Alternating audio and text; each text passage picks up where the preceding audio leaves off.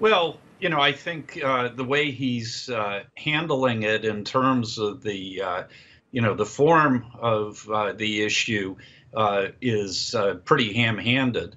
But the substance of the issue, I think he's right.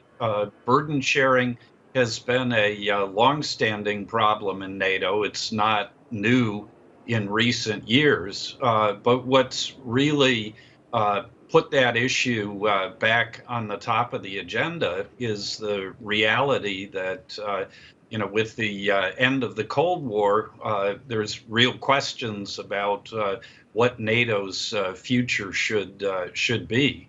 And so, talking about this issue in the context of the commitment of the other NATO countries to ensuring their own defense is certainly a fair issue for the president to raise.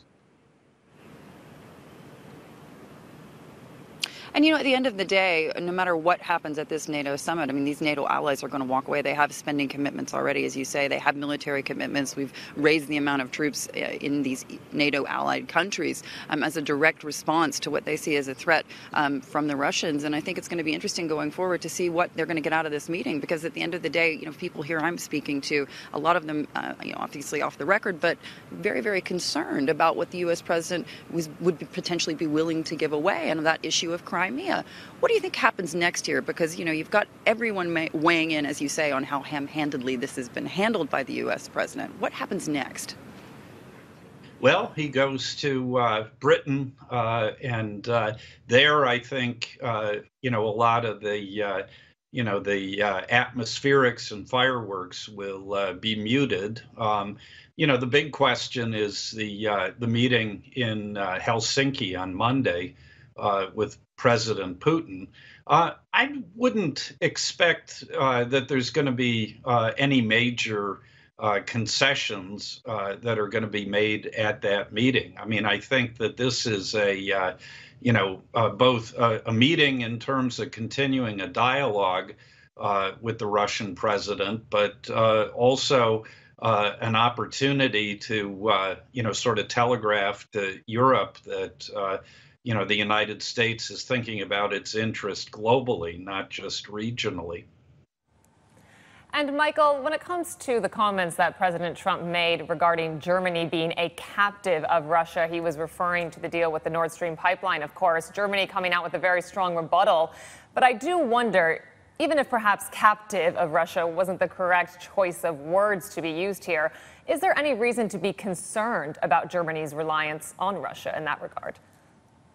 I'm not concerned about it. I think the president candidly doesn't understand the economics of the global fossil fuel market. It's not like Russia has a spigot that they could turn off and the lights go off in Germany.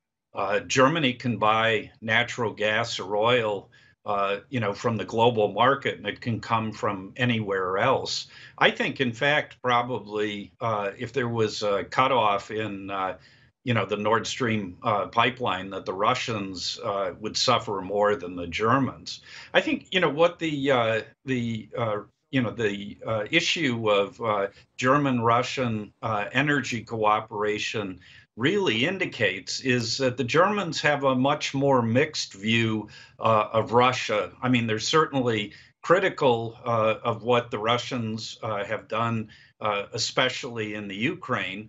But on the other hand, they also are willing to do business with the Russians. And I think that's, except for the frontline states in Eastern Europe and especially the Baltic states, I think most of the Europeans do not privately regard Russia as big a threat as some of the rhetoric might suggest. I don't think, for example, that we'd have this problem with burden sharing if there was a widely shared view that Russia constituted a significant military threat to Europe in the same way that the Soviet Union did. So the real significance of the Nord Stream is that, in fact, things are a lot more complicated than, Germany being dependent on Russia. Germany buys gas because it's convenient, but I think Russia's actually probably more invested in that relationship. Interesting, too, because it comes just days ahead of the meeting between President Trump and Mr. Putin, as Hadley pointed out there. And before President Trump left for this big trip, he admitted to reporters on the White House lawn it would be difficult. He talked not just about NATO, but the fact that the UK political scene was facing turmoil of its own, and then seemed to say that perhaps the meeting with Putin could be the easiest. That caught some by surprise. So my question to you would be, what does a win look like out of that meeting? Well, you know, if I were advising the president, I would encourage him to focus on issues with Russia that would be, you know, of a mutual interest to all the parties, meaning us, Russia, and Europe. And I think the low-hanging fruit in that regard is arms control, and particularly, you know, trying to reinvigorate the New START process. I think if he were to come away with a commitment from President Putin to move forward with those negotiations again, the Europeans would be thrilled, and it would be a win-win-win, as we say. Hey everybody, it's Hadley Gamble from our new CNBC Middle East Bureau in Abu Dhabi. Thanks for stopping by. Now to watch more, you can try one of the videos that just popped up on your screen. And don't forget to subscribe.